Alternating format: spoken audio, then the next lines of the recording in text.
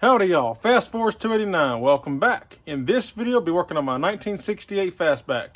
And we're going to be installing wheel spacers on here to space these wheels out a little bit better, give it a more aggressive stance, and overall improve the handling as well. So let's go ahead and jump into it and take a look at it.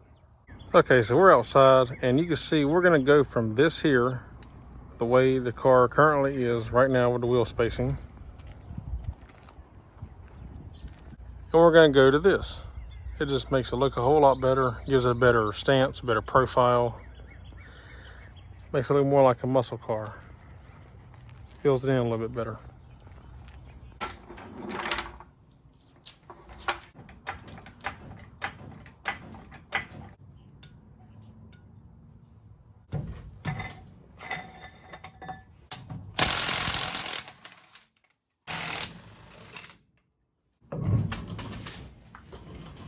Okay, so this is the wheel spacer we're going to be going with right here.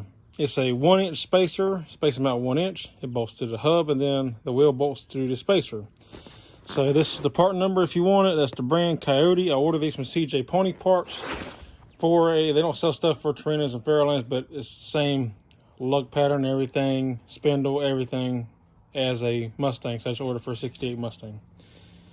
So got 2 of those. 2 for the front and 2 for the back, obviously. So let's go ahead and open this up. There's some instructions if you need it, torque specs and whatever.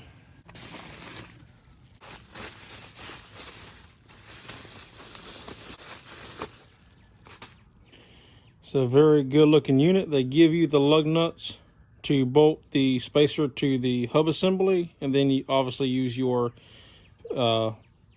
other lug nuts, your wheel lug nuts, to hold the wheel to the spacer, obviously. So it's the same thread and everything, so good to go on that. And also, if you look in here, these are also tapered to give you a nice secure fit, because these are tapered just like a regular lug nut. Billet aluminum, very nice unit. Okay, so one thing, I've already done the other side, so I already know what's going to take. I can tell you right now, here on the fronts, we are going to have to shave just a little bit of the hub assembly lug nut off. Or not the stud. Trim a little bit of the nut off to make it clear, because when it bolted up, it's sticking out past the spacer, and my wheels do not have slots in the back for lug nuts to reach this thin. Some of them do, mine don't. They're flat on the back, so I have to trim these down to make the wheel fit. Otherwise, the stud will be pushing out up against the wheel, and we don't want that. That's not good. There's a slight little bit of looseness. I'm not really too worried about it, because the way these are tapered, once they're all in here and torqued down to 100 foot-pounds, which is what I torque mine to, it will be solid as rock. And I also put thread locker on here, medium strength blue thread locker, so I don't have to worry about it. So we're going to take and we're going to go ahead and tighten a couple of lug nuts down on here to bolt this up solid, to see exactly where we need to trim it already, even though I already kind of know where we need to start trimming it out.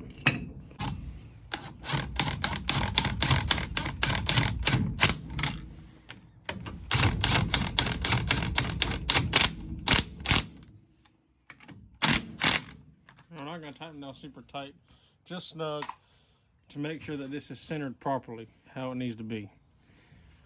Now we can take and find how much of this we need to trim off. So I'll just take and set this up flat up against it and just slide it. And you can see how we're catching right there.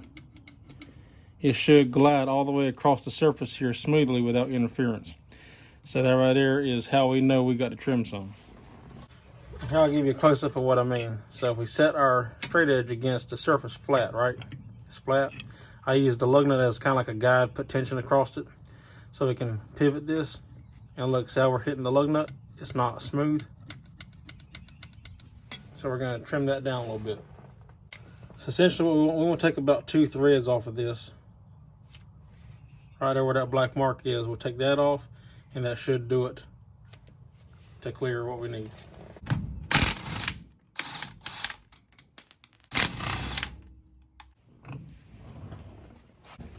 Okay, so I went ahead and cut down the other 4. We got this last one here left. pro tip: when you're cutting studs or any stud for that matter, not just for wheels but any kind of thread, bolt, whatever, put your lug nut on first in this case, and that way whenever you get done cutting it, you can take the lug nut off. It will also kind of help chase the threads to restore the ends of them so you can put them back on easily.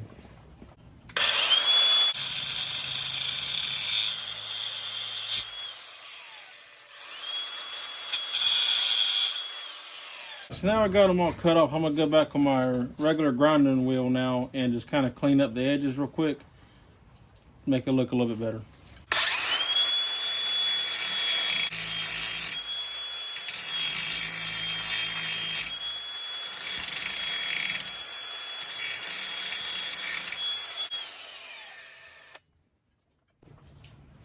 All right, now that we got them all cleaned up, I'm gonna go through. We can take our lug nuts off now, and it will clean up the threads as it pulls them off.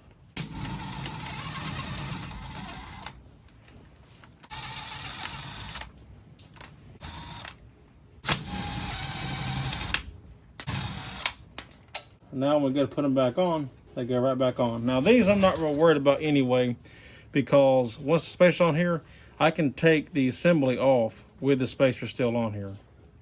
Not the same, I can't say the same for the rear wheels, but up here it doesn't really matter. And like I said, if I ever want to take the spacers back off, I have enough stud here that I can use with my regular lug nuts, or I can just pop new studs in here, which I have extras in an extra set of spindles, so it's no big deal to me.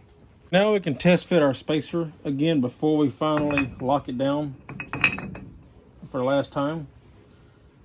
So just like before, we're gonna put a couple nuts on here just to hold it.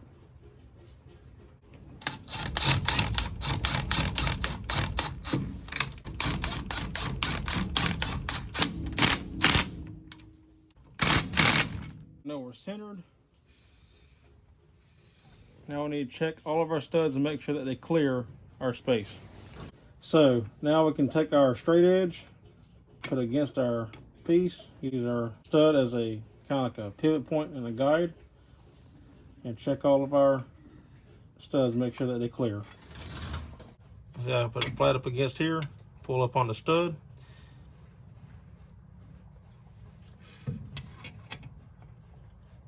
And then we can run, and you see we got a gap between our straight edge and our stud inside the spacer. So we're good to go there. That one's good.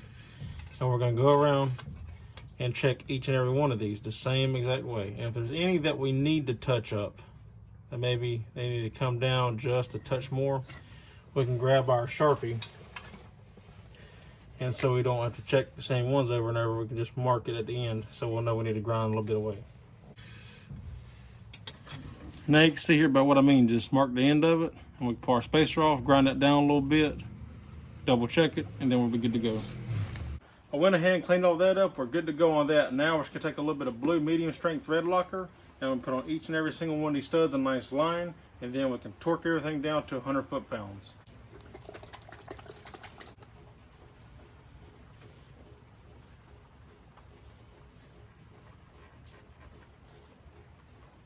Might be a bit overkill, but I'd rather be safe than sorry.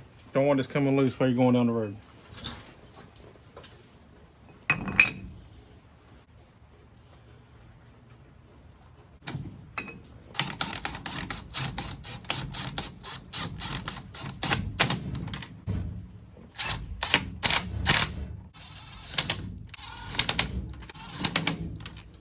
Now on the front, if you keep your wheel from spinning, I just stick this in there and let it rest up against the caliper, and then when I go tighten it, it'll hold it. We're going to tighten in a crisscross pattern.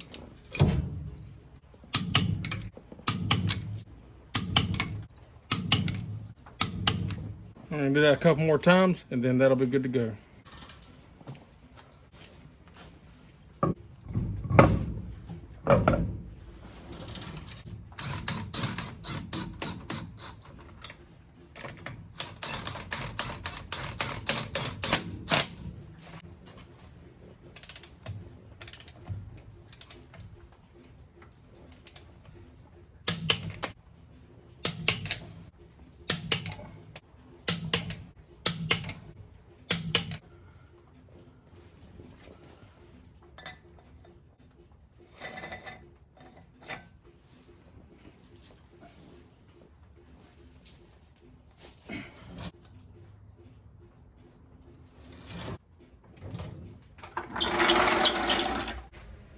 Alrighty, now look at that gap we've gotten there. Now the wheel does need to settle a little bit, but all in all, that looks pretty good. I'm happy with that. Brings the wheel out further, helps fill in that wheel arch, looks a whole lot better. Alright, so with that done, we only got one more left to do. Alright, so I went ahead and fast forwarded through this because the same process as the front. It's just with the exception of, obviously, if you ever had to pull this off, or pull the axle out, or pull the drum off, you'd have to pull the spacer off and then be able to pull the drum or axle out. But that's besides the point. As far as the install, it's the same procedure. But what I want to show you is I'm going to have to just ever so slightly grind the tips off of these studs, just ever so slightly, and I'll show you what I'm talking about right now. Okay, so if you look, these are almost flush, so much so that you could probably let it go, but it is ever so slightly. I can feel just a little bit of resistance against my straight edge right there. So it's not much. In all honesty, you could probably let it go, especially my aluminum wheels. They're not steel wheels, they're aluminum. So it would probably give enough and be fine. But I don't want anything pushing against my wheel. I want the wheel to sit flat up against the spacer itself. So I'm gonna take my angle grinder and just touch the ends of these studs ever so slightly and take them down a little bit. Okay, so you can see here how I just ever so slightly rounded or took off the very edge of those studs, just enough to clear that spacer. And now if we check it,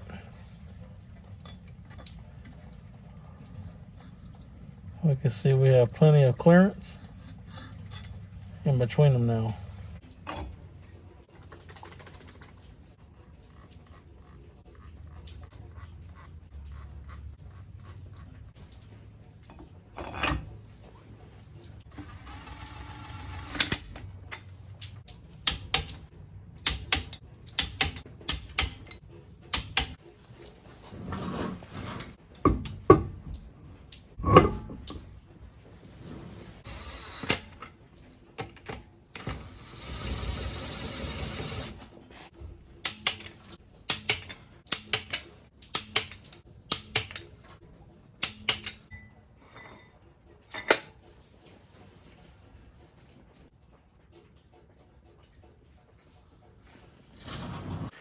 All right, now it is a done deal. We got that taken care of. The wheel spacing looks great. It really helps us give depth to the wheels and tires and the fender and the wheel well. To me, it makes the car look more like a muscle car, more sporty, instead of like it's just not quite right. Like now it just has a nice stance to it. Looks better and should handle better as well.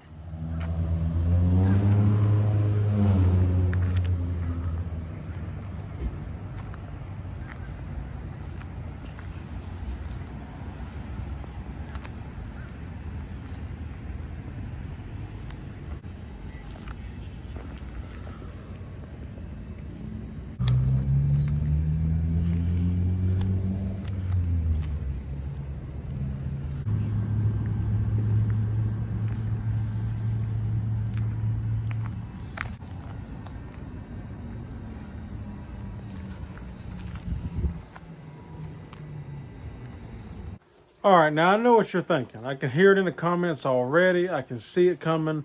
I know what you're thinking. Wheel spacers, they're not safe, right? Yes, they are. It's not safe to stack wheel spacers. But as long as it's done like this, they're completely, totally safe. It's no different than mounting the wheel straight to the car. You know, I'm going to test it out for a while, see how it works, and go from there. But regardless, I'm happy to have it done. Car looks much better. Can't wait to drive it and see how it's going to handle now. Should handle a little bit better because it has a wider stance. It's more stable on the ground, right, when you're cornering and whatnot. So, yeah, I'm looking forward to it. Anyway, that's all there is for this one. If you like the video, give me a thumbs up. I'd appreciate it. If you're not subscribed, consider subscribing. And as always, if you have any questions, comments, or concerns, leave them in the drop box down below, and I'll get back to you as always. But that's all there is for this one. So until next time, I'll see you in the next one. Take care.